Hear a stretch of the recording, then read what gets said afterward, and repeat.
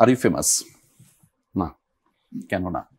না, আপনি question mark দিচ্ছেন তো, আর ইউ ফেমাস, আপনি প্রশ্ন করছেন আমি ফেমাস কিনা, আমি অ্যান্সারটা নাই দিব। মানে কেন? কেন তো উত্তর সক্রেটিসও দিতে পারে না, আমি কিভাবে দিব? আমি তো সাধারণ মানুষ। সিরিয়াসলি, কারণ এই প্রোগ্রামের নাম আর ইউ ফেমাস। আপনি একটা লোককে ডেকে এনে জিজ্ঞেস করছেন তুমি ফেমাস কিনা, এটা কি হইতে পারে কখনো? একদমই হতেই পারে না, একদমই হইতে পারে না। ফেমাস লোককেই আনবেন। যেহেতু আমরা আজকে নিয়ে আসছেন, আইসা যদি জিজ্ঞেস করেন আমি ফেমাস কিনা, এটা তো ঠিক না। একদমই ঠিক।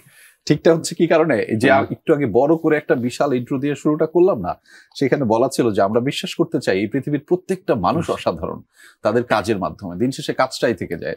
আমি আপনি সবাই কেউ একটা সময় থাকবো না, কিন্তু মুস্তাফা কামাল রাজের কাজটা থেকে যাবে, তার পছন্দের কাজটা, সেই কাজটা দেখে আরো 10টা মানুষ অনুপ্রাণিত হবে।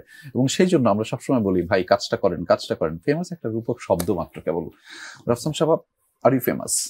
আমি এই শোটা অনেক দেখি, আমার রিসার্চের জন্য দেখি, এবং এই শোটা প্রতিদিন শুরু হয় এই প্রশ্নটা দিয়ে, এবং আমি এটাও দেখি যে কে এই প্রশ্নের উত্তর কি দেয়।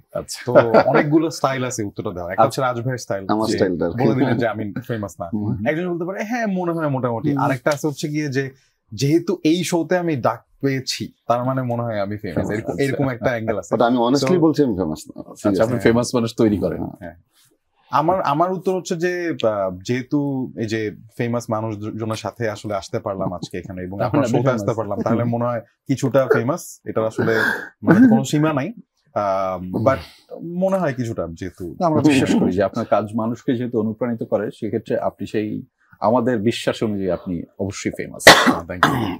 আপনার কথা কি বলবো বস, আপনি কি ফেমাস? ভাই এখন যদি মানে এর আগে উত্তর দিলাম, তো এখন যদি চেঞ্জ করি, ইম্প্রোভাইজ করি, তাহলে ঝামেলা। অবশ্যই না, অবশ্যই আমি ফেমাস কিনা জানি না, বাট দর্শকের ভালোবাসা পাই, ভাই ব্রাদারদের ভালোবাসা পাই, তখন মনে হয় যে না আমার কাজগুলো তারা পছন্দ করে, তখন মনে হয় যে না হয়তো চিনি জানি। আর যেহেতু প্রোগ্রামে আসছি, অবশ্যই একটা ফেম আছে। আচ্ছা, ফেমটা কি কখনো ফেক মনে হচ্ছে আপনার কাছে? দু এক জায়গা তো মানুষ একটু মিথ্যা কথা বলি। ধরেন যে আমি শুট করতেছি উত্তরা দোলন চাপার সামনে, দু একজন বসে আছে, হঠাৎ করে বললো ভাই আমি নারায়ণগঞ্জ থেকে আসছি। আচ্ছা তুই জানোস কেন আমি এখানে শুটিং করি? ভাই আমি আপনার জন্য আসছি। তখন মনে হয় যে না ভাই তুমি মিথ্যা বলতেছো, তুমি আমার কাছে আসো নাই, তুমি এখানে আমার জায়গায় যারই পাইতা সেম কথাটাই বলতা।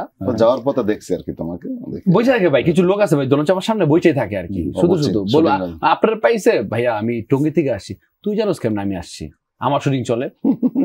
মানে বুঝছেন আপনি, ও যারে পাবে তারই কথা একই কথাই বলে আর কি।